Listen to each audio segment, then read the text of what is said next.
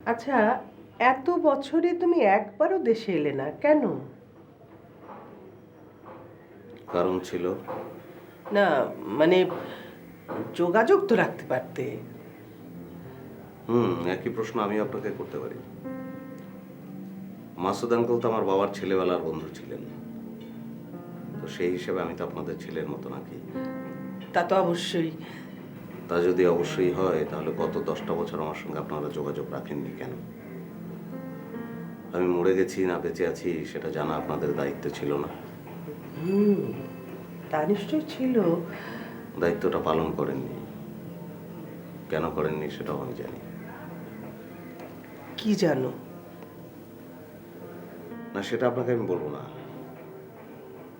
গোপনীয়তার পবিত্রতা বলে একটা কথা আছে, সেটা আমি মেনটেন করি। জানতে আমার কথা কি খুব রাফ হয়ে যাচ্ছে? তা তো খানিকটা হচ্ছে। হচ্ছে, সেটা পরিবেশের কারণে হচ্ছে। আচ্ছা, ফ্রান্সের লোকজন কি খুব রাফ হয়? না না, ওরা ওরা খুব সোবার। তবে জেলখানার কয়েদি নিশ্চয়ই সোবার না। জেল? আচ্ছা, আপনাকে তো বলাই হয়নি আমি 7 বছর জেল কেটেছি। তুমি বলো কি? হ্যাঁ, ইন্টারমিডিয়েট পাশ করার পরে তো ফ্রান্স গেলাম। ইচ্ছে ছিল অনেক বড় আর্টিস্ট হবো, মাইকেল অ্যাঞ্জেলো, ভ্যান গগ এরকম। হলো না। মাঝখান থেকে একটা মার্ডার কেসে জড়িয়ে গেলাম। Murder case? আমি করিনি,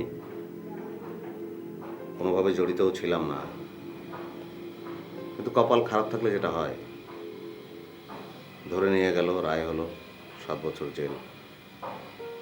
বাবার মৃত্যু সংবাদ ওখানে বসেই পেয়েছি।